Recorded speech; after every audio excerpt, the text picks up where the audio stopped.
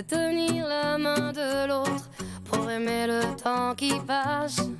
Dans tout ce que je fais, la rage et l'amour s'embrassent. Qu'elle soit mienne ou qu'elle soit vôtre. Vous écoutez Radio Fréquence Méditerranée. Il est 19h. Fréquence Hit, c'est fini pour ce soir. Mais rassurez-vous, on revient très vite sur Radio Fréquence Méditerranée. Au revoir. Bye bye. Arrivederci. Sayonara. Oh yeah!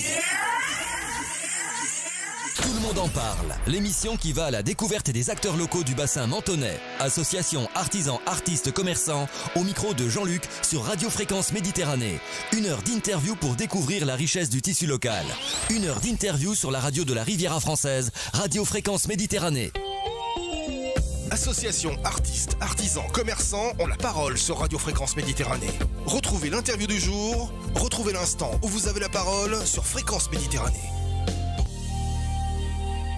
Retrouve-nous en direct vidéo sur notre page Facebook Radio Fréquence Méditerranée. Allez, c'est parti. Bonsoir à toutes et à tous. Bienvenue sur Radio Fréquence Méditerranée. Bienvenue sur le 96.6 FM et sur le 3W. fmradio.fr. Vous entendez la petite musique derrière pour ceux qui connaissent, pour ceux qui ont deviné.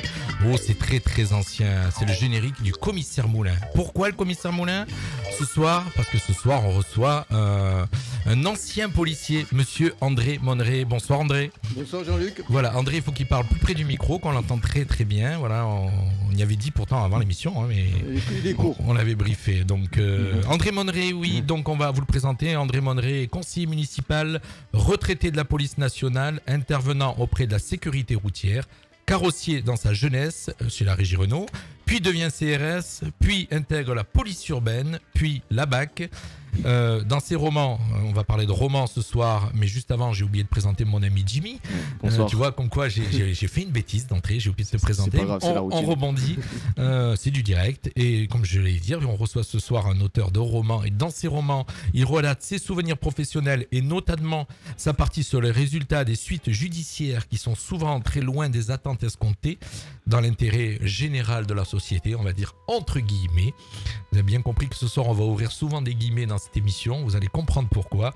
Vous êtes auteur, donc il est auteur de 5 livres, dont le dernier sorti en mars 2019, Les clichés du passé. Ce livre est un exemple clairvoyant pour ouvrir les yeux et se servir du passé pour améliorer le futur. Ce soir, nous avons donc le plaisir de recevoir monsieur André Monneret, écrivain. Et en ce qui concerne le passé, et quel passé, fonctionnaire de la police nationale, je vous l'ai dit tout à l'heure, de 1973 à 2002, et 5 années dans les services en réserviste dans les services du département.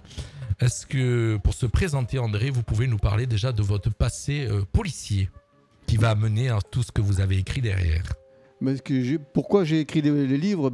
C'est parce que j'ai eu une période où... Non, pas écrit des livres. Je veux savoir votre passé policier, ce que vous avez fait dans la police d'abord. Ce que j'ai fait, il y a 2 livres. Un petit peu votre histoire. Donc il y en a pas mal. Non, pas les livres André. Votre métier policier, je veux que vous me parliez. De votre métier de policier, comment vous êtes arrivé dans la police, pourquoi, voilà, donc qu'est-ce qui vous a amené à la police? D'abord, c'est votre passé. C'est par hasard, j'étais chez Renault et des collègues ont fait comment on appelle ça, les dossiers pour entrer dans la police, parce qu'à l'époque, en entrant dans la police, on pouvait doubler le salaire. Donc c'est pour ça que j'ai dit moi ça m'intéresse, donc j'ai présenté des collègues qui étaient dans le métier, donc dans l'automobile, parce que vous avez été dans l'automobile. Et en fait les collègues avec qui qui voulaient faire le policier aussi, et du coup ils l'ont pas fait parce que il avait un problème de vue, l'autre il a eu un accident de voiture, et le troisième c'est un problème familial, donc il n'a pas pu continuer. Moi je me suis trouvé tout seul et je suis parti à l'époque l'examen se passait à la CRSI, ça c'est à Laurent-du-Var. On a fait l'écrit après le sport. Et après, quand j'ai été accepté, je suis parti 4 mois à l'école de police de Sens. Elle est toujours au même endroit, si je ne me trompe pas, non? Toujours. Mais maintenant, ils font... T'as vu? C'est 2 ans, alors qu'à l'époque, c'était 4 mois, quoi. Et l'école, c'était vraiment l'école dans une caserne. Il y avait le charbon, des chambrées de 50 avec des lits à 3 niveaux. Ça, c'est pour un peu situer les gens. On a compris sur l'âge d'André. Donc on a très bien compris qu'André, vous le voyez en vidéo. Donc ceux qui nous suivent sur la FM et ceux qui nous suivent sur le web, allez faire un petit tour sur la page Facebook de la radio. Et là, vous l'avez en direct. Vous avez son visage sous les yeux. Donc on a très bien compris qu'André n'a pas 20 ans. Non. Il nous parle de charbon. Le charbon, il fallait le chercher dans la cave. Il y avait 3 niveaux d'étage, plus la cave. Et on avait droit à un seau de charbon par jour pour se chauffer dans le poêle qui chauffait la chambrée. Les toilettes étaient à l'extérieur. Donc à Sens, au mois de janvier, c'est très froid. C'est pas la Côte d'Azur. D'ailleurs, ça avait même gelé que les toilettes étaient bloquées à un moment donné. Pour la douche, tout ça, il n'y avait pas d'eau chaude, c'est tout à l'eau froide. Et on arrivait à tricher pire que l'armée. J'avais des collègues qui venaient de l'armée. Mais vous aviez déjà fait l'armée? J'ai pas fait l'armée, j'ai été réformé. Alors ça c'est pas mal. Hein. Il a fait policier mais il a pas fait l'armée. Ça devait pas être un bon point pour rentrer dans la police. Non, en fait je pensais pas pouvoir rentrer à cause de ça. Parce que j'avais eu un accident à un œil où j'avais perdu la vue qui était tombée à 5/10. J'ai eu une projection métallique dans la pupille. Et après, un an après, la vue est revenue à 10 sur 10, donc j'avais aucun problème. Et quand j'ai fait l'examen médical pour entrer à la police, qu'ils ont vu que je voyais, ils ont examiné mon œil, il n'y a pas de problème. Donc ils n'ont pas tenu compte de comme quoi j'étais réformé. D'accord, donc après vous avez fait les examens pour entrer, vous avez été reçu. Oui, tout à fait. Et vous êtes rentré dans la police, donc d'abord, on va dire, dans les brigades... D'abord, je me suis trouvé, parce que quand on arrive en fin de cours d'année scolaire, tout le monde se réunit dans une salle sur le plan national, donc qui est en relation avec les autres centres scolaires de la police. Bien sûr. Et c'est par rapport aux notes, donc il y a un tableau avec les postes libres. Et celui qui a la meilleure note, il choisit. Et celui qui est dernier, il prend ce qui reste. C'est un petit peu comme dans l'enseignement, en fin de compte. Ouais, mais ça n'a pas changé encore. Ça n'a pas changé. Dans la c'est police, comme ça aussi oui, c'est toujours. Et puis même dans l'enseignement, en fin de compte, quand vous réussissez dans l'enseignement, quand vous avez votre diplôme de professeur des écoles, les mieux notés choisissent où ils veulent aller. Ah, d'accord. C'est toujours pareil. Et les derniers, Alors, on va en profiter puisqu'on lance cette émission. Et ce soir, il y en a beaucoup qui nous rejoignent sur Facebook, bien sûr, qui nous écoutent sur nos autres réseaux. Sur Facebook, vous nous rejoignez. On fait un petit coucou à nos auditeurs habituels et qui nous suivent. C'est Willy. Qui est un fidèle de l'émission, Patricia Boileau qui est de Castillon qui nous écoute, Patrice Laurent qui nous écoute de Beau Soleil, voilà, Bernard Lantero, c'est les petits coucous qu'on fait habituellement, Dan Citron aussi qui nous rejoignent ce soir. On va parler donc roman, mais on va parler roman policier puisque on était en train de le dire depuis le début de cette émission. André Monneray est un ancien policier d'Abac. Il a vécu énormément de choses puisque quand il m'a envoyé sa bio, j'étais impressionné par le nombre de lettres de félicitations et de satisfaction qu'il a reçues par sa hiérarchie pendant toute sa carrière. Je rappelle qu'André a démarré en 1973, a terminé en 2002, donc pratiquement 30 ans de carrière. Donc 30 ans, vous allez voir, quand on va parler de ses livres et de sa vie, il y a des petites anecdotes croustillantes à écouter ce soir. Alors, on va parler de police, on va donner nos avis sur certaines choses, nos avis sur pas mal de choses. Je répète, c'est nos avis. Voilà, donc vous écoutez bien et vous vous enflammez pas ce soir, pour ceux qui nous écoutent. Voilà, donc André, donc, dans la police nationale, presque 30 ans de police nationale, donc vous avez démarré tout en bas. Oui, c'est ça, comme gardien. J'ai commencé à la CRS à Saint-Étienne, dans la Loire. Alors CRS, Compagnie Républicaine de Sécurité. Tout à fait. Je dis ça parce qu'il y en a qui, je suis sûr, qui ne savent pas ce que c'est. Je ne savais pas ce que c'était. Sérieux? CRS, non. Alors depuis que tu es né, donc tu as 20 et quelques années, tu vois écrit CRS sur les CRS et tu ne sais pas ce que ça veut dire. La question. Voilà. vous êtes témoins, chers auditeurs, vous m'entendez. Voilà, CRS, Compagnie Républicaine de Sécurité. Je ne savais pas. J'apprends quelque chose. Bah, c'est bien. Ben, surtout que tu es en école de journalisme. Ouais, alors là, c'est pas mon point. Non, voilà. Donc CRS pour démarrer la carrière d'André. C'est ça. J'ai fait 2 ans à Saint-Étienne. Ensuite, j'ai obtenu la mutation pour venir dans le sud. Donc, je suis venu à la CRS de Saint-Laurent-du-Var. Je suis resté encore jusqu'en 77. 78. Les compagnies à l'époque étaient structurées comme actuellement Oh non, c'était plus vraiment très, très militaire. Les déplacements, on faisait des déplacements, c'était 45 jours dans des bus pas confortables. Oui, mais ça c'est normal. C'était les bus de l'époque, André. Voilà, c'est ça. C'est sûr que si on compare aujourd'hui... Il y avait les roues carrées. Il faut pas comparer avec aujourd'hui, c'est sûr. On a fait ça a évolué un peu. Et les cantonnements, quand on était parti en déplacement, on logeait un peu à la Belle Étoile, pas sur la Belle Étoile, mais dans des cantonnements vraiment très vieux, Oui, c'était des militaire, baraques. quoi, c'était militaire. Ouais, même pire que les militaires. Je vous dis, il y a des collègues qui ont fait l'armée, ils ont été scotchés parce qu'ils disaient c'est pire que l'armée, quoi. Oui, donc eux, ils pouvaient comparer. Voilà, c'est ça. C'est ça, parce qu'André, je rappelle qu'André n'a pas fait l'armée, donc ils pouvaient comparer les collègues, donc c'était beaucoup plus facile. Donc ça, c'est toute la partie CRS. Ouais, c'est ça. Après CRS, vous passez donc à l'urbaine à Nice. À l'urbaine. Donc je suis resté à Nice jusqu'en 87. Et après, je suis parti de... Encore dans les années 80, on va dire que c'était encore, entre guillemets, plus soft qu'aujourd'hui, on va dire, plus cool. Oh, il y a eu beaucoup de problèmes. On a eu des collègues qui se sont fait tirer à l'Ariane, un collègue qui s'est fait tuer. On a eu des gros échauffourées aussi. Non, ce que je voulais aborder, c'était qu'en fin de compte, de dire que la délinquance de l'époque était peut-être pas la même délinquance qu'aujourd'hui. Ben, disons que la justice était peut-être un peu plus sévère à l'époque, donc ils se méfiaient un peu plus. Pourtant, c'était les mêmes lois, André. Oui, mais était plus appliquée. D'accord. Voilà, la différence, elle est là. C'est un avis personnel d'André, il a le droit, la justice est plus appliquée. Je pratiquement le même, mais bon. Je pense à peu près pas. Mais voilà.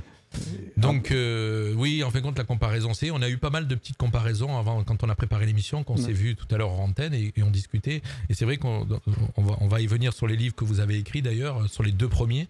Et c'est des remarques qu'on faisait sur ce qui se passe. On faisait la comparaison entre l'époque où vous étiez en fonction et aujourd'hui. Ouais. Voilà. Ça a commencé aussi à cette époque-là qu'on a eu un procureur qui est arrivé, quand il est arrivé, il a été étonné qu'il n'y ait pas de fonctionnaire inculpé sur Nice, quoi.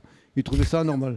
Donc en fait, il s'est plus acharné à chercher la petite bête chez les policiers que chez les délinquants, quoi.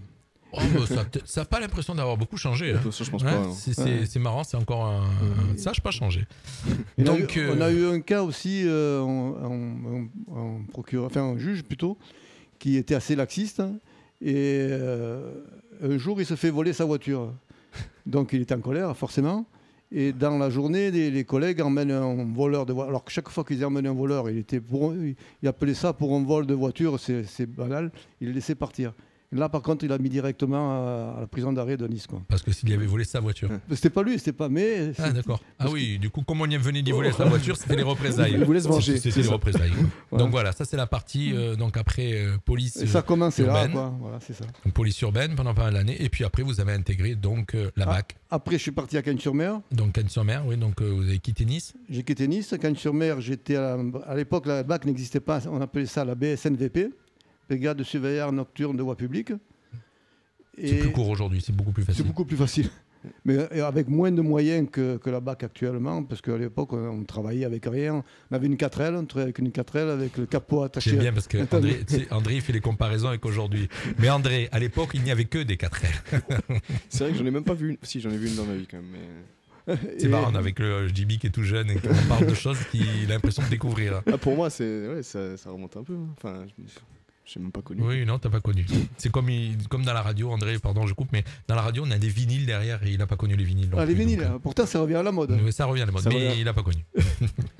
Donc on revient à nos moutons, on revient à la carrière d'André. Donc pour arriver à ses livres, vous allez voir, parce qu'on vous explique, André, c'est un policier qui a de la bouteille, et c'est pour ça qu'il s'est permis après derrière d'écrire des livres. Après j'ai été nommé brigadier et j'ai dû partir dans la Loire. Pas dans la Loire, je me trompe pas. Du côté de Paris, là. Dans la région parisienne. Dans la région parisienne. Dans l'Essonne, exactement. Et je suis resté 2 ans, où ça s'est très mal passé, parce que les gens du Sud, ils ne sont pas appréciés. Donc quand je suis arrivé, déjà avant de partir... Voilà, encore un cliché. Un exemple classique, sur une intervention, j'avais eu le doigt cassé, le pouce cassé. Et donc, je suis arrivé là-haut un mois en retard puisque j'étais blessé. Et donc, avant d'arriver, mon officier, il appelle le commissariat parce que je suis parti tout seul là-haut. Mon épouse est restée sur la région.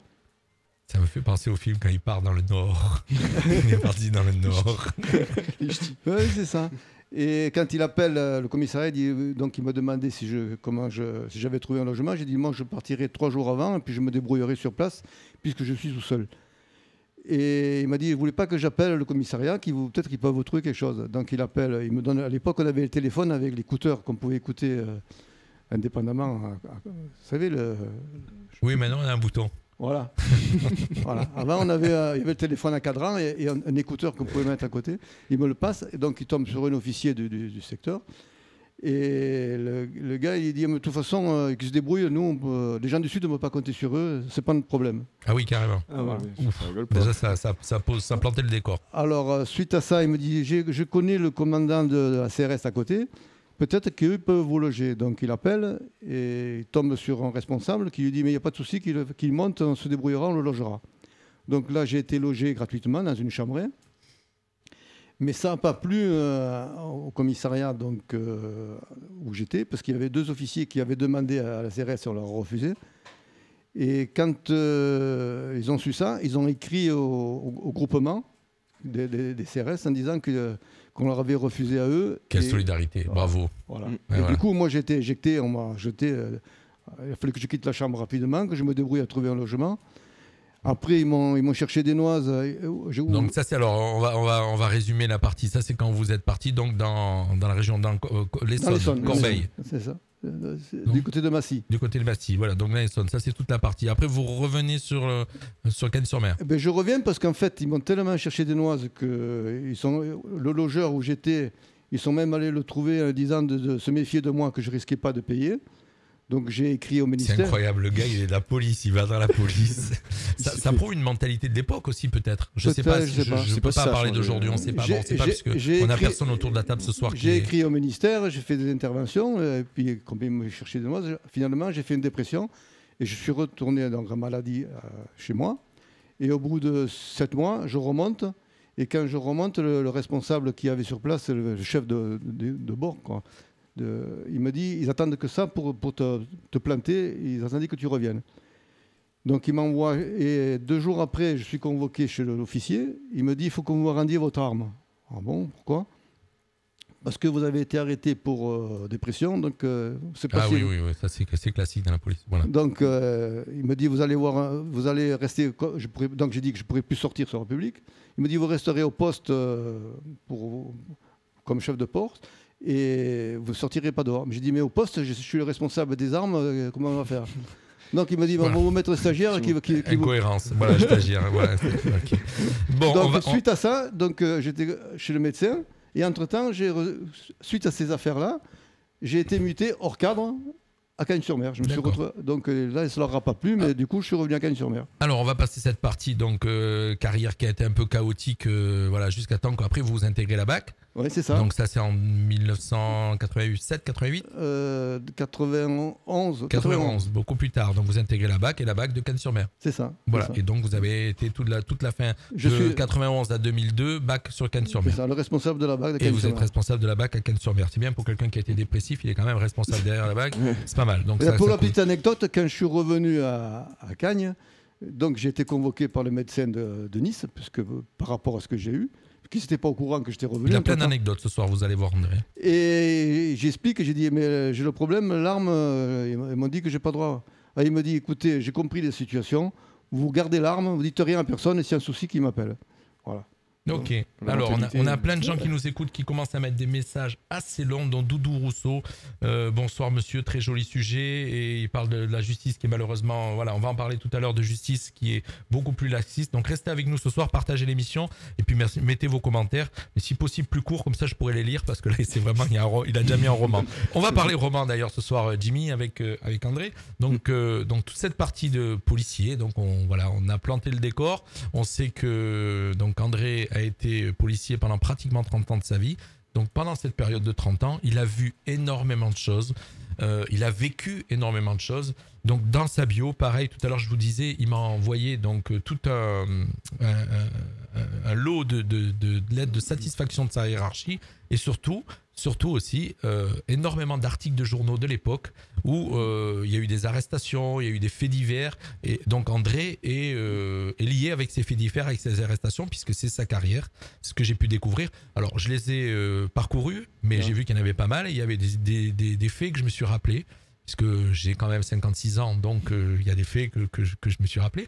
Et donc André a, on va dire, de la bouteille, à bourlinguer dans cette carrière policière, et il a décidé un jour d'écrire des livres quand il a quitté la police. Justement, là, c'est là que j'aurais ma question. Alors vas-y, Jimmy. Comment vous est venue cette envie d'écrire? Alors l'envie d'écrire, ça m'est venu parce que j'ai eu une opération, j'ai eu un cancer de la prostate, donc j'étais très fatigué. Ah, il nous dit tout.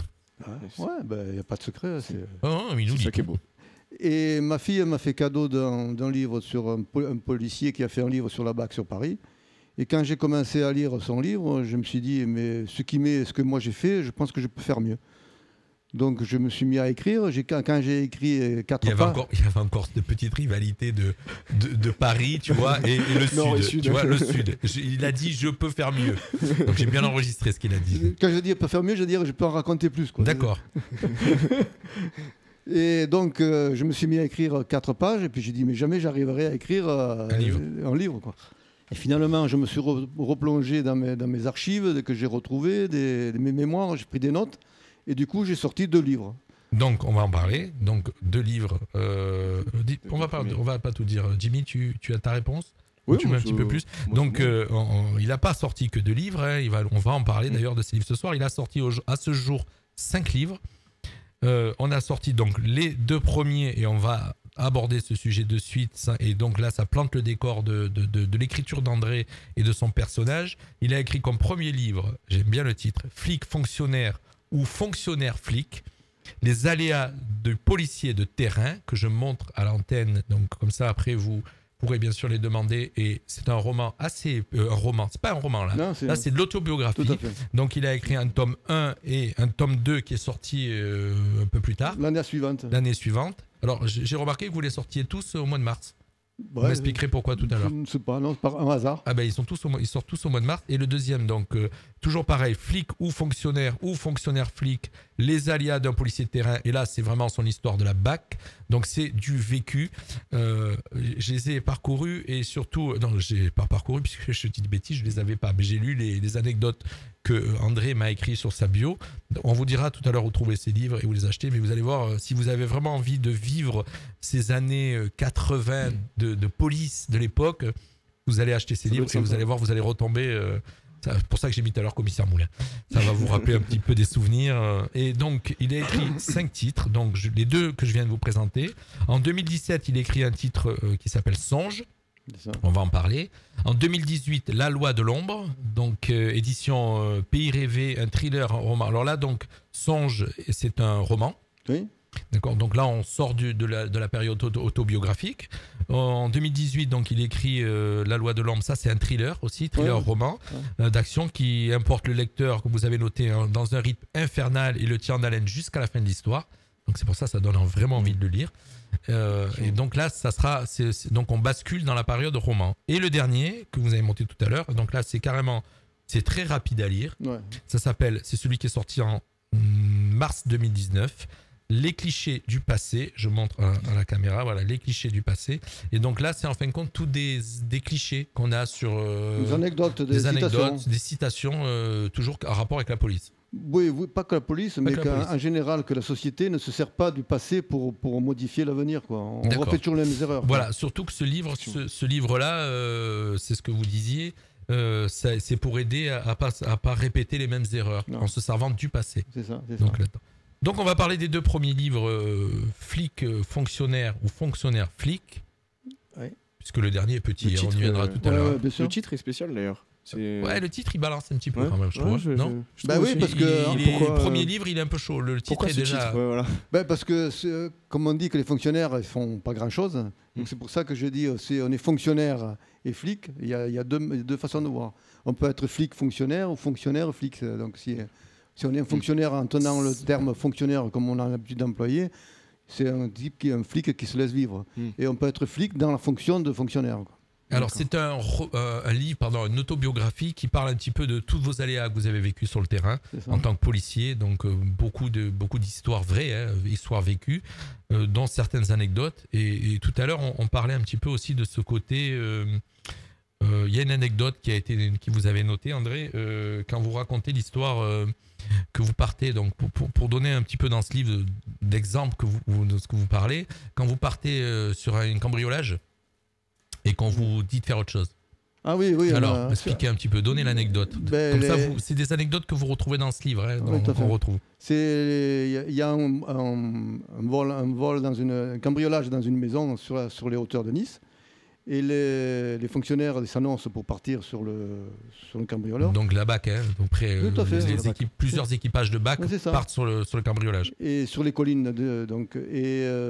Ce soir-là, il y avait un contrôle routier alcoolémie sur le port. Donc le responsable qui était là sur le contrôle, il a dit laissez tomber, priorité, assistance au contrôle routier. Donc il leur a empêché de partir, ils ont dû rejoindre...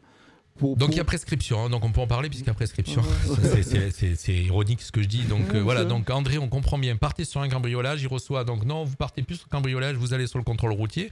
Donc moi, très étonné de cette anecdote, je lis, je dis tiens, c'est bizarre. Il y a une magouille derrière. Est-ce qu'il partait sur un cambriolage où c'était quelqu'un qui était connu ou pas connu?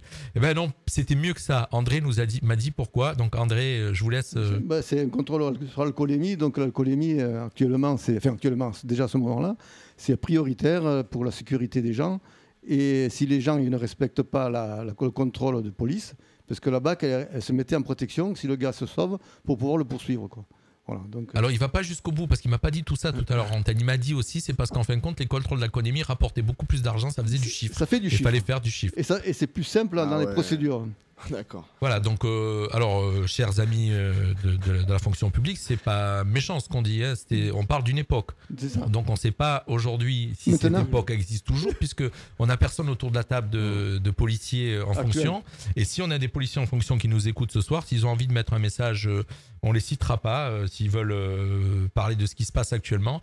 Je ne citerai pas leur prénom ni leur nom, mais mettez-nous un message pour confirmer ou infirmer ce qu'on est en train de dire. Pour appuyer sans faire de polémique. Pour appuyer ce que je viens de dire, dernièrement, un gendarme m'a dit, un motard, ce que j'ai rencontré, il m'a dit, quand on est en contrôle routier, si une personne se sauve, on n'a pas le droit de le poursuivre.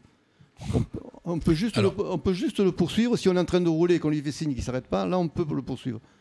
Voilà, ça c'est aussi pour éviter, maintenant on va y revenir tout à l'heure, pour éviter un accident et éviter une polémique. Comme il y a eu beaucoup. Voilà, donc alors dans ce tome 1 et ce tome 2, on va dire, hein, toujours fonctionnaire avec les mêmes titres, c'est la partie, on va dire, policier de terrain avant la BAC, ça je suppose. C'est ça. Voilà, ça c'est donc les 15 premières années. Voilà, 15 premières années de policier avant la BAC et la suite donc dans la BAC, toujours à Cannes-sur-Mer.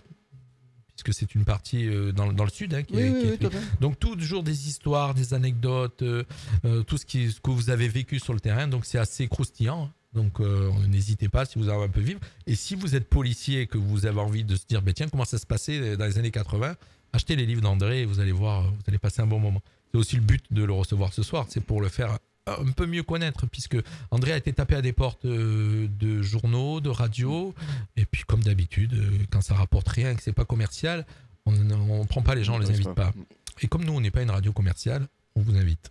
Merci. Voilà. Et donc, on revient à nos moutons. Dans l'ensemble de votre œuvre, ce que j'ai pu voir dans votre bio, c'est un peu une manière de dénoncer les diverses situations qui ont existé dans votre carrière. Ainsi, je vous cite, le laxisme qui a fini par engendrer ce contexte d'impunité. Donc c'est ce sentiment qui ressort de vos livres. C'est ça, le fait de laisser faire, toujours comme on met en avant maintenant la paix sociale, donc pour éviter des incidents, on laisse faire. On préfère. Alors voilà, qu'entendez-vous par laxisme? Laxisme, il n'y a pas de sanction. D'accord. Aujourd'hui, il y a des gars qu'on a interpellés. Ils avaient des dossiers. Donc là, vous parlez de votre époque, hein? Oui. D'accord. Vous ne faites pas un amalgame avec ce qui se passe aujourd'hui. On y reviendra. Mais ça s'est amplifié avec le temps. Voilà, on va dire que ça s'est amplifié. Donc oui, à l'époque déjà, vous pensiez donc dans les années 80. Donc tu n'étais pas né, mon cher Jimmy, je le rappelle. Dans les années 80, vous étiez déjà avec cette idée de laxisme. Oui, c'est ça. Les gens qu'on a interpellés, ils étaient relâchés pratiquement quelques heures après. Ils avaient des dossiers gros comme le bras, et puis chaque fois convoqués ultérieurement, et puis voilà. Pourtant, on avait des ministres de l'Intérieur à l'époque qui ont été quand même assez musclés. Et aujourd'hui, oui, mais alors le problème. Il y a eu des bavures plus à l'époque que maintenant, on va dire un petit peu. Si, il y a eu. Bon, enfin, des bavures, parce qu'on a des erreurs. D'accord. Pas le même mot. Là, il me recadre. Attention, Jean-Luc. Moi, tu vois, comment ça s'appelle, le citoyen lambda dit bavure, le policier dit erreur. C'est une différence. C'est une autre manière de voir les choses. Vous savez, sur le terrain, on a quelques secondes pour prendre la bonne décision. Ça, il faut le comprendre. La bonne ou la mauvaise. Et il faut prendre la bonne. Et on est humain, on a le droit à l'erreur. Alors, sur ce laxisme que vous décrivez dans vos 2 premiers romans, qui ressort un petit peu de ces romans, son origine pour vous, l'origine de ce laxisme, d'où ça vient, sa cause et son origine, on va dire. La paix sociale. Voilà, c'est vraiment avant, ça se cantonnait dans les cités. Donc, du moment que ça ne sortait pas des cités, ça laissait les gens de la ville tranquilles. Puis quand ça a commencé à déborder, ils sont plus capables de pouvoir maîtriser tout ça, quoi. Parce que moi, je me rappelle, j'étais une époque, quand j'étais sur Nice, on avait les thermobilettes. J'ai commencé dans les mobilettes. On avait les mobilettes à l'époque. Je ne sais pas si vous avez connu les mobilettes. Oui, c'est ça. On appelait ça. Il y a eu parce qu'il y a eu des mobilettes. C'est des mobilettes scooters. Là, c'est des scooters. J'ai commencé, quand je suis arrivé sur Nice, j'ai fait PLS. On appelait ça police légère de sécurité. Après, je suis allé dans un service un peu plus sérieux. C'était ULS, c'était mobilette et voiture. Donc on faisait le département. Et après, j'ai fait UMS, on tournait qu'en voiture dans tout le département. Et donc on touchait... Alors, selon où on travaillait, il nous arrivait de travailler sur Nice, comme on allait sur Menton, comme on allait sur Cannes. Quand on arrivait sur Cannes, par exemple, à Cannes, ils pouvaient mettre des timbres-amendes pour beaucoup plus de timbres-amendes. Alors que nous, à Nice, il fallait faire que des procès-verbaux de contravention. Donc c'est plus long, et alors qu'un timbre-amende c'est fait en quelques minutes, et puis le gars il repart avec son timbre-amende, quoi. Donc c'est selon la juridiction de. C'est des anecdotes qu'on retrouve dans vos livres, parce que vous êtes en train d'expliquer, parce qu'en fin de compte, dans vos livres, c'est un peu votre vie, et puis voilà, donc là vous donnez des petits exemples. C'est le parquet qui décide comment la police doit travailler, quoi. D'accord, alors que ça devrait être l'inverse.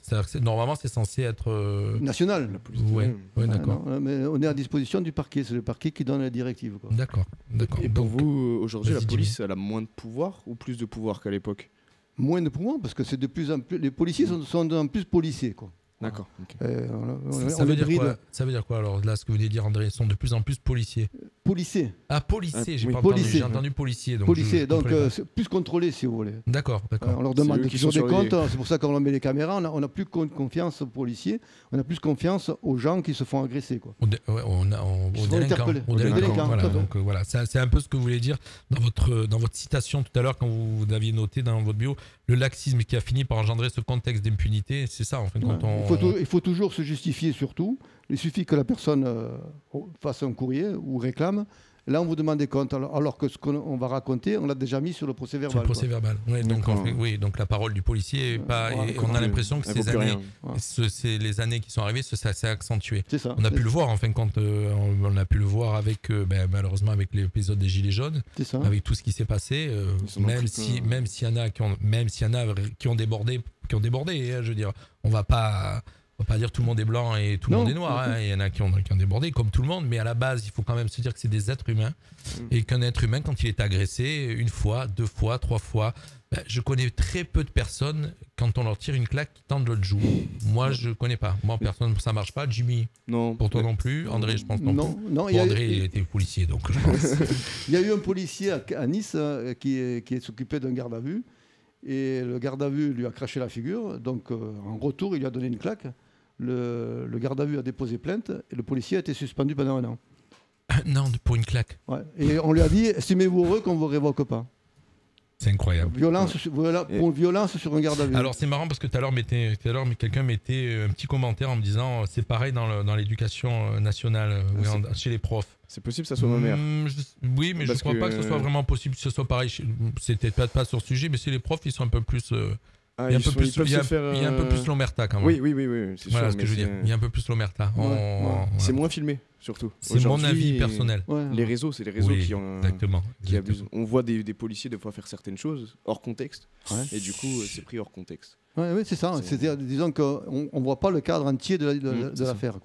Et du coup, on va juger sur le peu d'images qu'on voit. On a plein d'éléments en ce moment qui nous parlent de décrivent André. Donc André, dans ses romans, décrit sa période policière des années 80 jusqu'à 2002. Donc on va dire oui, les années 80. En gros, c'est 20 et quelques années. Donc il décrit dans ses livres. Et puis aujourd'hui, on a encore des exemples où André, quand cite ce laxisme qui engendre l'impunité, on a l'exemple encore de Athéoul, des gens qui ont eu la maison, qui ont été squattés. Et en fin de compte que légalement, les gendarmes viennent leur dire mais vous pouvez rien faire. C'est ça, c'est la loi. C'est la loi. C'est la loi comme ça. Donc en fin de compte, on avait une discussion tout à l'heure hors antenne, et vous pouvez donner votre avis pour ceux qui nous suivent ou qui nous écoutent. On avait cette discussion en se disant, on a l'impression que les lois pour défendre les délinquants, parce qu'il y a des lois pour défendre les délinquants, sont appliquées, et les lois qui défendent l'honnête citoyen, elles ne sont pas appliquées. C'est la même chose pour un locataire qui ne paye pas, on ne peut pas le mettre dehors, il faut des années pour le mettre dehors, quoi. C'est la même chose. Il suffit que, en plus, quand il arrive les périodes d'hiver, là, ça bloque tout. Il arrive l'été, il suffit qu'il participe à donner quelque chose, ça bloque la procédure et on repart pour des années. Et souvent, c'est arrivé que des gens propriétaires, pour récupérer leurs biens, bien souvent dégradés en plus, pour que la personne parte, ils leur donnent une somme et le gars s'en va. Alors, il y a un côté par rapport à ce qui est en train de se passer en ce moment aussi, chose qu'il n'y avait pas à l'époque, dans les années 80. Il y a les réseaux sociaux et toutes ces choses-là, l'information qui fait que... On en parle beaucoup plus. On en parle beaucoup plus. Et puis surtout, ce qui se passe aujourd'hui, c'est-à-dire que quand il y avait une erreur, pas une erreur, dans les années 80, ça faisait pas le tour des réseaux sociaux puisqu'il n'y avait personne pour les filmer. C'était dans le quartier, point barre, et ça restait dans le ville ou dans le quartier que ça s'était passé. Aujourd'hui, ça fait le tour de la planète. Et on a l'exemple, et ce qui est un peu dérangeant de ce côté média, c'est que l'exemple qui s'est passé à Théoul, quand les gens ont entendu aux infos qu'ils étaient, on pouvait pas les mettre dehors, il y a plein de maisons qui ont été squattées et les gens sont rentrés. Il y a ça vient encore de se passer une anecdote là quelque part, j'ai vu, je sais plus dans quelle région de France, où les gens maintenant rentrent dans les maisons et disent on est chez nous, il reste 48 heures et heureusement qu'apparemment la loi va changer. Ah, elle va. Elle va changer. Ça c'est des promesses. Le temps qu'elle change. Ouais, non, mais je pense non. Ouais. Bon. Les promesses, ça n'engage que ceux qui les croient. Exactement. J'aimerais juste revenir sur quelque chose. Vous avez dit que avant les lois, etc., étaient peut-être plus appliquées qu'aujourd'hui. Il y avait la peine de mort qui était arrêtée en 81. Non. Je sais pas si... Non. C'est en 81 la peine de mort. Oui, tu as renseigné. Oui. Attention, c'est une bourde. Normalement, je crois que c'est ça. Si un auditeur allait contrôler si la peine de mort... la famille brûlée qui contrôle ce soir. Allez voir si je pense pas. Peut-être. Et si, à l'époque, ça faisait, entre guillemets, un peu l'épée de Damoclès, on n'osait pas faire quelque chose, parce qu'on savait que derrière... Il y avait peut-être ça aussi. Si en 81 il y avait encore la peine de mort, elle était guère appliquée. Hein. Oui, il y a des chances. Je vais te dire que vraiment pour être condamné à mort, il fallait vraiment faire. Oui, mais c'était quand même. Tu sais, c'était un peu comme quand tu prenais un avertissement. Au bout de 10 avertissements, tu as un blâme. Au bout de 10 blâmes, tu as. Voilà, donc. C'était un peu comme ça dans la police à l'époque. Mais en ce moment, ça fait polémique la peine de mort. C'est pour ça que je vous en. Parce que c'est vrai qu'il y a beaucoup de gens qui voudraient que ça revienne en. Alors, un sondage qui est sorti, 55% ou 56% des Français sont de nouveau à peine de mort. Et ça va basculer. Mais là, c'est parce qu'aussi en ce moment, on parle beaucoup de l'affaire quand il y a eu les attentats et puis tout ce qui se passe en ce moment, les récidivistes qui sortent de prison et qui retuent derrière. Donc voilà. Donc c'est sûr que ça pose énormément de questions. Puis c'est surtout les remises de peine. Les gens, ils sont condamnés, on les remises de peine et quand ils ressortent, ils recommencent. Quoi. On a des anecdotes qui tombent assez rigolotes. Willy qui nous suit ce soir, il est en train même de marquer que les personnes qui vont squatter vont déposer plainte si le frigo est vide. Tu vois, c'est le moment rigolo de la soirée. Alors, tu as posé une question que j'avais prévue sur ma liste, comme pourquoi il est arrivé à écrire son passé professionnel. Il nous a répondu, bravo Jimmy. Est-ce qu'il vous reste, alors, dans tout ce que vous avez vécu, André, des bons, des mauvais souvenirs, les deux? Plus de bons, plus de mauvais? Assez varié, mais disons que les bons moments, je pense que je les ai passés à la BAC, parce que c'était vraiment une équipe d'amis, une équipe de copains. Et on travaillait en bonne entente. Quoi. Tout ce qui se passait à l'intérieur de la BAC ne sortait pas du groupe. Voilà. Tout ce qui se passe à la BAC reste à la BAC. Voilà, c'est ça, exactement. Aujourd'hui, le problème, c'est que tout ce qui se passe à la BAC avec les téléphones et les réseaux sociaux, ça fait le tour du monde. Ça fait le tour du monde. Voilà. C'est plus compliqué. C'est embêtant quand même ça aujourd'hui. Oui, c'est embêtant, ça a les deux côtés. Hein. Ça peut servir aussi. Ça permet d'informer, mais ça peut. Et puis c'était une équipe où on pouvait faire confiance. Il y en a un qui était malade, l'autre il le remplaçait. Il y avait pas. Nous avons la réponse pour la peine de mort. Bravo Jimmy. Ça a été aboli le 18 septembre 1981. Donc dans un jour, on est le 17 je crois aujourd'hui. Ouais. Demain, donc ça fera 29 et 20, 49 ans. 49 ans. D'accord. Même était- 19 et 20, 39 ans, pardon. Elle n'était plus appliquée par contre. 39 ans que la peine de mort, donc demain, voilà, tu vois, on parle de ce soir. Donc ça, on a parlé des 2 premiers livres d'André, je regarde, il est 19h39, on a le temps encore de parler des 2 autres, puisque les autres ont carrément complètement changé. Et André a écrit, donc il va les montrer, puisque je les ai pas à la caméra, André. Il a écrit donc des fictions, Songe, c'est celui-ci, là, il est en train de montrer, donc aux éditions... Au Pays Rêvé. Au Pays Rêvé, donc la plupart des livres sortent aux éditions Au Pays Rêvé, donc non, pas tous. Les 2 premiers, c'est La Cour au lait. D'accord. Ça, c'est La Cour au lait. L'autre, celui-là, pareil. Là, c'est Au Pays Rêvé. Les 3 autres, c'est Pays Rêvé. D'accord. Et donc, ça, c'est le Songe. Ça parle de quoi, ce livre, celui-ci? Puisque c'est un roman. C'est un roman. Là, vous vous êtes un petit peu évadé. Là, vous êtes sorti de... Voilà, j'ai fait ça parce que quand je fais des salons du livre, que je parle de mes livres sur la police, donc avant qu'ils sortent ça, les gens où je raconte les coulisses de la police, comment ça se passe, ce que les gens ne savent pas, quoi. Et les gens me disent, on veut pas savoir, on veut du rêve. Donc c'est pour ça que j'ai fait un roman. D'accord, donc ça veut dire que le côté autobiographique, c'est pas... Non, ça n'intéresse pas les gens. Ça intéresse pas les gens. Ils veulent sortir... La sensation. Sensation, voilà, c'est ça. Ne pas savoir ce qui se passe, comment ça se passe en réalité. C'est la vraie vie. Tu veux pas toujours savoir ce qui se passe, en fin de compte. Oui, mais après, quand on est surpris, quand il arrive des choses et qu'on se demande pourquoi ça se passe. Mais par rapport à ça, j'ai une question. Vous avez jamais été embêté? Enfin, vous pouvez écrire et dire ce que vous voulez dans vos livres. Mais ça, personne... Oui, dans les 2 premiers surtout. Mais j'ai fait ça quand j'étais en retraite. D'accord. Oui, parce que sinon... Mais c'est mon vécu que je raconte. Son vécu, tu racontes, mais tu vois, tu rejoins tout à l'heure aussi, hors antenne, on a discuté, mais on peut se dire ce qu'on s'est dit hors antenne, puisque ça fait partie de l'interview de ce soir. Un jour, il a posé sur un salon du livre, il y avait une radio qui était là et qui interviewait les gens au fur et à mesure, les éditeurs, les écrivains, et André a voulu être interviewé. En fin de compte, on lui a dit non, on vous interviewe pas, parce qu'en fin de compte, par rapport à ce qu'il avait écrit. D'accord. Donc tu vois, il y a un peu du boycott aussi par rapport au politiquement correct. Ouais, je raconte mon vécu et mon ressenti pendant toute cette époque de police, quoi. Oui, voilà, donc ça engage que vous. En soi, ça devrait ça engage que vous. Et ce soir, je vous reçois et je vous interviewe par rapport à vos livres en tant qu'écrivain, mais vos propos ça engage que vous. Voilà, même si on est beaucoup des fois à les partager. Tout à fait. En tout cas, vous, ça engage que vous et on vous lit, on vous aime ou on vous aime pas. Voilà. Comme chez nous. La liberté. Donc ce livre Songe, ça raconte un peu une histoire de. Alors vite fait, le pitch. C'est l'histoire où c'est moi qui suis le héros dans le livre, et je suis agressé à mon domicile par un groupe d'individus qui veulent se venger par rapport par rapport à ce que j'ai écrit sur des livres en parlant de certaines personnes. Et donc je suis agressé à mon domicile et ils cassent la porte, donc là je me défends, j'en élimine 2, mon chien se fait tuer. Et après, ça enchaîne tout un groupe d'individus qui veulent s'en prendre à ma famille. Donc, je réagis. Ça m'emmène... C'est rythmé, quoi. Oui, c'est rythmé. Ça m'emmène loin dans l'histoire. Et puis, pour finir, il faut voir la fin du livre pour découvrir ce qui s'est passé. Voilà, exactement. Donc, il faut l'acheter. Ça me fait penser à John Wick, le film. Je sais pas si... Je connais pas. Tu vois, il y a des choses que je connais pas. Non, c'est récent. C'est un mec qui travaille dans la CIA ou quelque chose comme ça aux États-Unis. D'accord, oui, ça me parle. Il se fait tuer son chien et après il se venge. Il fait que se venger. Ah oui, j'ai vu ce film. Il est très bien d'ailleurs. Il est pas mal. Il est pas mal.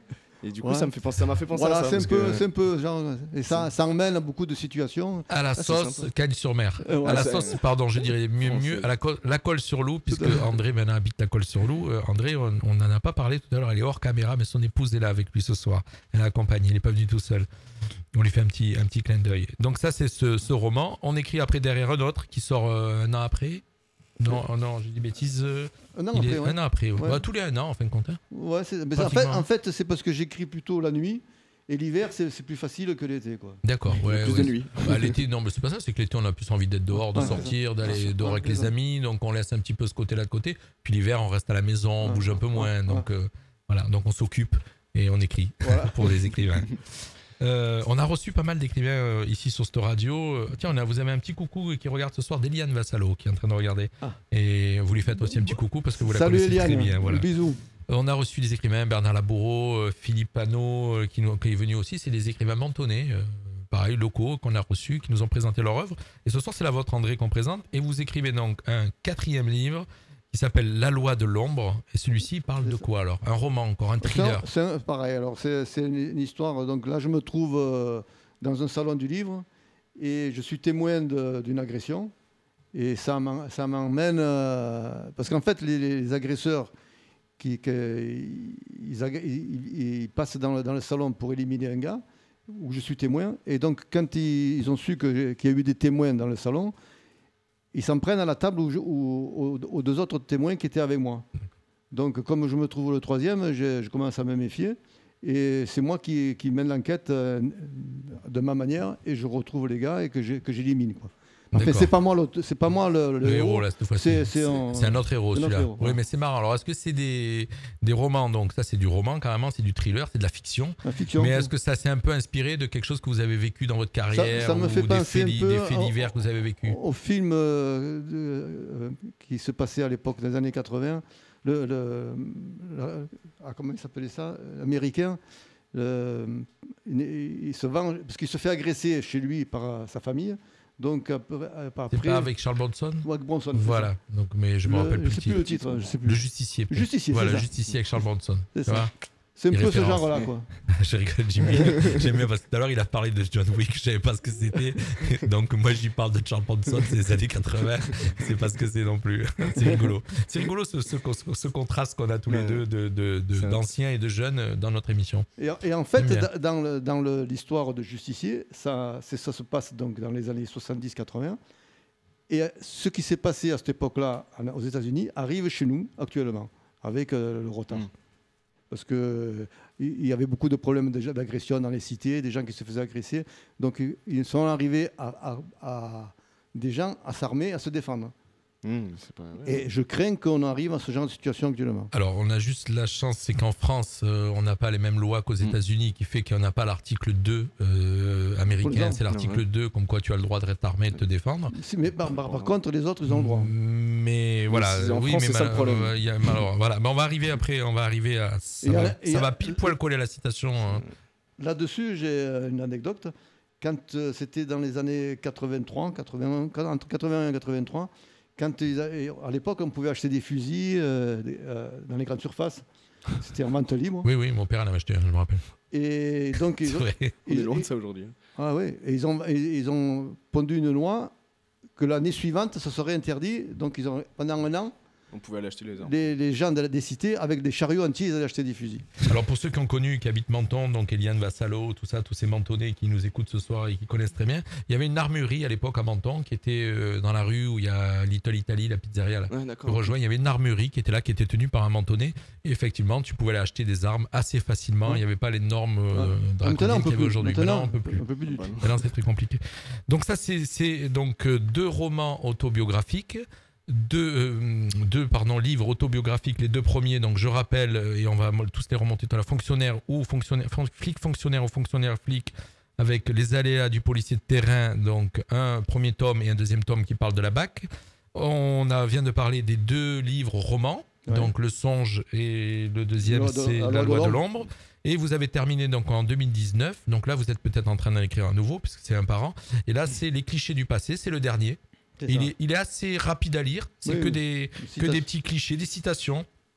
Donc des citations que vous avez été chercher un petit peu partout. Puis je vais venir après sur, vous allez me dire si c'est vous qui l'avez écrit. Là j'en lis une au hasard, la vie serait impossible si l'on se souvenait, le tout est de choisir ce que l'on doit oublier. Ouais. C'est beau ça, j'aime bien.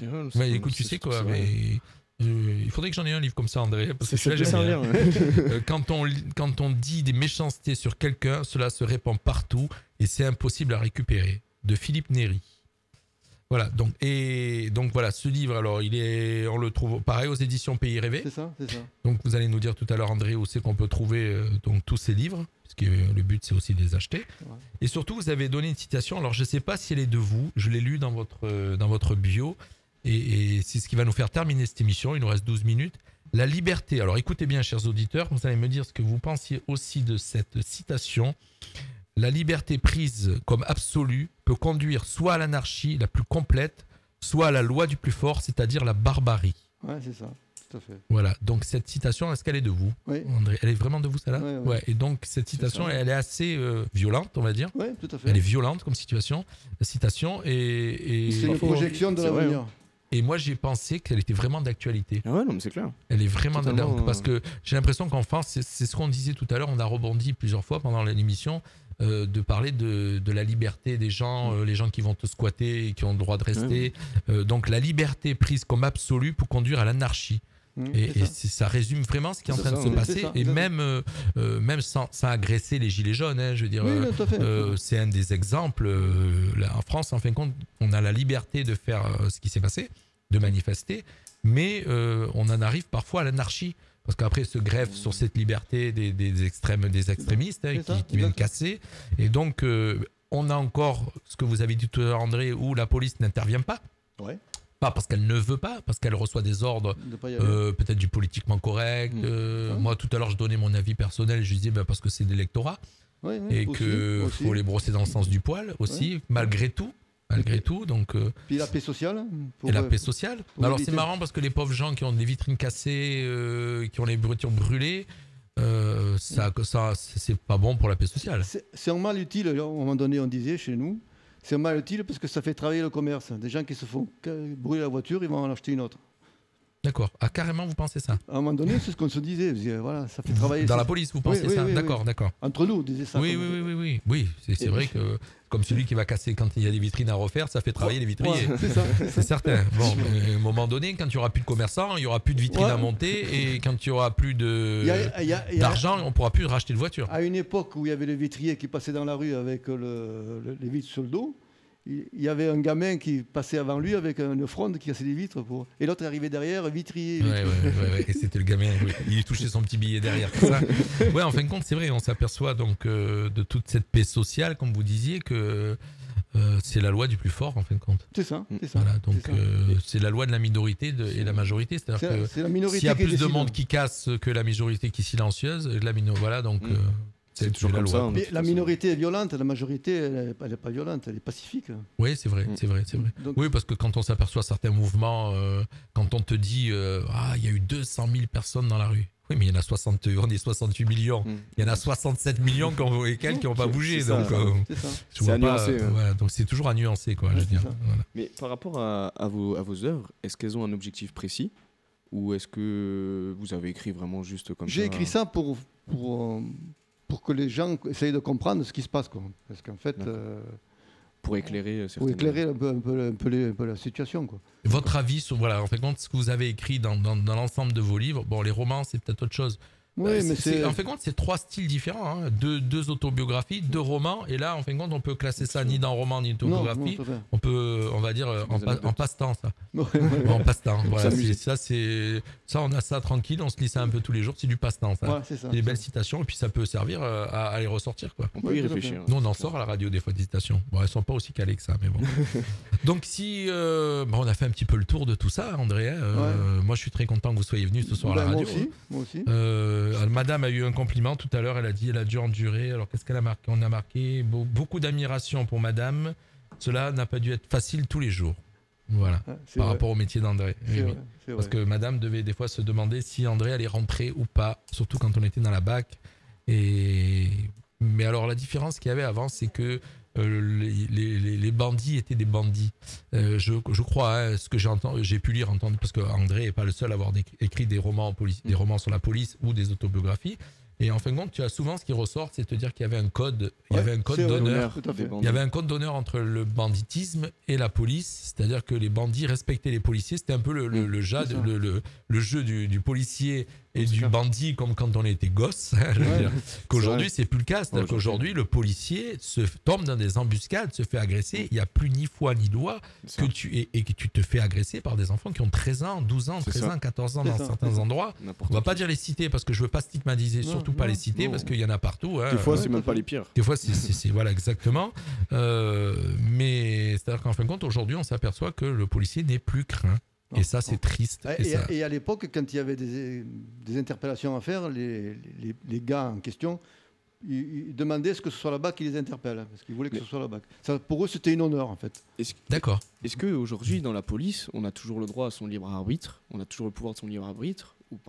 Ou est-ce qu'on est soumis et on doit juste obéir On est aux ordres.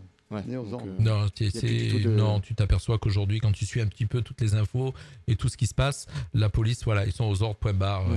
Tout à l'heure, on parlait aussi, quand il y a eu à Paris les manifestations de Gilets jaunes, entre autres, hein, je vais pas revenir toujours sur la même chose, mais il y avait pratiquement 10 000 policiers dans Paris et ça a cassé quand même. Ouais, il y avait un policier pour un policier pour Voilà, il y a eu 8 000, manifestants, 9 000 quoi. policiers, donc il n'y avait pas Et 16 ça 000. n'a pas empêché de tout casser. Voilà. Oui, oui.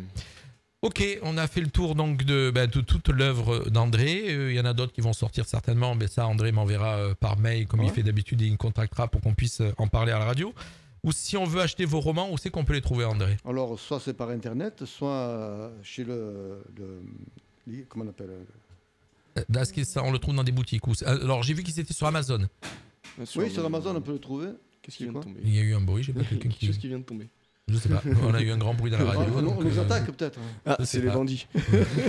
Ou alors la porte est restée ouverte et on n'a pas vu quelqu'un est rentré. Bon, je sais pas, on a eu un grand bruit dans la radio. Voilà, c'est l'anecdote. Donc, où c'est qu'on peut trouver vos livres? J'ai vu qu'on pouvait les trouver sur Amazon. Oui, c'est Ou ça. alors sur les salons du livre. On Salon peut du venir livre. sur les salons du livre. D'ailleurs, j'ai fait le salon du livre à Bandol le 4 octobre. Donc 4 octobre à Bandol, on peut retrouver André pour ceux qui sont ou qui vont dans le secteur ou qui sont par là, Voilà. qui nous écoutent. Et après le 10 octobre à Monaco. Et le 10 octobre à Monaco, donc salon du livre à Monaco, qui est pour l'instant maintenu. Et maintenu. Ouais, Voilà, parce qu'on sait qu'il y a énormément Ouais. d'annulations avec cette crise sanitaire et le Covid. Donc on peut retrouver André donc à Bandol le 4, à Monaco le 10. Et les livres, j'en ai à la librairie de la Colle-sur-Loup, Tabac Presse qui est à la Colle-sur-Loup. Et voilà, donc si vous êtes dans les parages de la Colle-sur-Loup, si vous avez envie de découvrir André, en tout cas, quoi qu'il en soit, vous allez sur sa page Facebook, André Monneray. Vous lui envoyez un petit message privé sur Messenger ou en message privé. Et si vous voulez recevoir votre livre, vous pouvez recevoir votre livre. Également Voilà. aussi, En espérant qu'il en vende quelques-uns grâce à notre passage chez nous.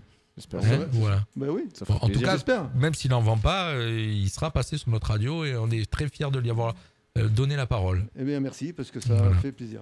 Voilà, André. Il nous reste 4 minutes d'émission pour terminer cette émission. Jimmy, tu as un avis? Tu voulais encore poser quelques questions à André? Non, tu n'avais rien préparé? Si. Jimmy, si.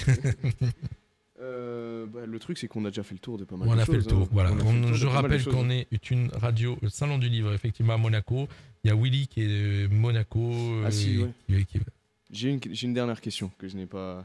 Est-ce que vous semblez être quelqu'un d'assez rebelle et qui se laisse pas forcément faire? On le retrouve dans vos livres? On Oui, retrouve oui, ce tout à trait fait, de, tout à ce fait. trait de caractère, Ouais, oui. je suis assez pour la justice. D'accord. J'aime pas l'ordre, ça évite le désordre. Voilà, Ça, il y a, c'est en une fin de belle compte, citation, André, alors ça évite le désordre. Et pour résumer, André, on est en République, il y a des lois, on les applique, il faut les appliquer dans les deux sens. C'est-à-dire que pas que pour favoriser une certaine partie de la population. Tout à fait. Voilà, même si des fois on n'est pas toujours d'accord, mais voilà, on a la chance d'être un pays où il y a des lois. C'est pas toujours parfait, mais moi je suis quand même assez fier d'être né en j'ai 2 France. minutes, Oui. une nuit, on a Allez, 2 interpellé minutes. un groupe d'individus à 20h, 21h, on les interpelle pour une agression. Ils sont relâchés dans l'heure qui suit. À minuit, on les interpelle sur une tentative de vol de véhicule avec dégradation. Ils ont coupé les tuyaux d'essence d'une voiture, d'une 2 chevaux. Je ne sais pas si vous connaissez les 2 chevaux. Oui. Et là encore. Et donc, ça ne se passe pas très bien parce qu'ils sont violents. Donc, on les interpelle. 1 heure après, ils sont dehors. Le matin, on les réinterpelle. Ils fracturent une vitrine pour voler en jetant un scooter dans la vitrine. Là, il est mis en garde à vue. Un des individus est mis en garde à vue. Et 1 heure après, il est relâché parce qu'il a dit que c'était un accident de la route. Voilà. Effectivement, ça laisse réfléchir. Voilà. Et ça, c'était couramment, quoi. D'accord. Ouais, mais effectivement, c'est assez. Voilà. Après, on va s'étonner que ces mecs-là ils recommencent. Oui, quoi. on va donner. Pourquoi ils vont se priver Voilà, donc c'est vrai que on a, voilà, il y a énormément de choses. On a des petits commentaires qui tombent. Alors tous ceux qui nous suivent ce soir, bien sûr, comme d'habitude sur la FM ou comme d'habitude sur le web, puisqu'on nous suit sur le web. Je sais qu'il y a beaucoup de gens qui nous écoutent quand ils rentrent au boulot dans leur voiture. Voilà, donc je sais, puisqu'on me dit, tiens, on a écouté dans la voiture, on a entendu ça. Hier, je rappelle qu'il y a eu une rediffusion d'émission, donc c'était une rediffusion. Il y a eu des dates qui ont été données qui collaient pas trop avec ce qui est en train de se passer, mais c'était une rediffusion. On avait eu un petit souci avec la personne qui devait l'animer qui pouvait pas être présente. Donc on a mis en rediffusion. Voilà, ce soir on est en direct et cette émission, bien sûr, vous pouvez la réécouter et la partager sur Facebook, puisqu'elle va rester sur Facebook. Elle sera aussi sur le site de la radio dans quelques jours. Mais voilà, donc ce qui s'est passé ce soir, on a parlé de monsieur André Monneret, écrivain, qui habite à la Colle-sur-Loup, qui était un ancien policier. Il est resté 30 ans dans la police, autant dans la police brigade de... Comment ça s'appelle ? Urbaine. Voilà, je cherchais la police urbaine. Police et puis urbaine. Après, qui a été dans la BAC. Donc la BAC, c'était pendant les années 80, jusque donc 73 à 2002. Et donc voilà, presque pratiquement 30 ans. Et donc André était avec nous. Et après 5 ans de réserviste, et ensuite j'ai fait sécurité routière. Et sécurité routière. Et aujourd'hui aussi, et vous avez même fait un métier très dangereux, conseiller municipal. Oui, voilà. Que j'ai arrêté d'ailleurs. Voilà, parce que dans le fond, c'était un peu de politique et c'est vrai que c'est toujours assez dangereux. C'est toujours plus dangereux même, je pense. Ouais, puis surtout aujourd'hui, tu arrives quand même à voir encore aussi, même les maires et les politiques se font agresser. Oui, donc tout le monde se fait agresser aujourd'hui. Donc en fin de compte, c'est plus réservé que tout le monde se fait agresser. Et l'histoire qu'il a eu le maire de l'agression à poubelle, ça m'est arrivé à moi aussi. D'accord, ok. On arrive, il nous reste 30 secondes d'émission juste pour remercier tout le monde. Remercier Jimmy qui est là, notre stagiaire qui est toujours avec nous. On a un article qui va sortir samedi sur les radios locales, donc ceux qui veulent acheter Nice Matin, n'hésitez pas, vous allez voir, on va parler de notre radio dedans. Ça sort samedi, on a eu la journaliste qui nous a appelé hier soir, Alice Rousselot, et on la remercie, on lui fait un gros bisou. Et voilà, donc merci de suivre Radio Fréquence Méditerranée, merci d'avoir été avec nous ce soir, merci Jimmy de m'accompagner dans toutes ces émissions. Et merci madame qui est hors caméra, et André, merci bien. Regardez à la prochaine. Ah bien, pourquoi pas sur notre radio. Bien sûr. Allez, c'est l'heure.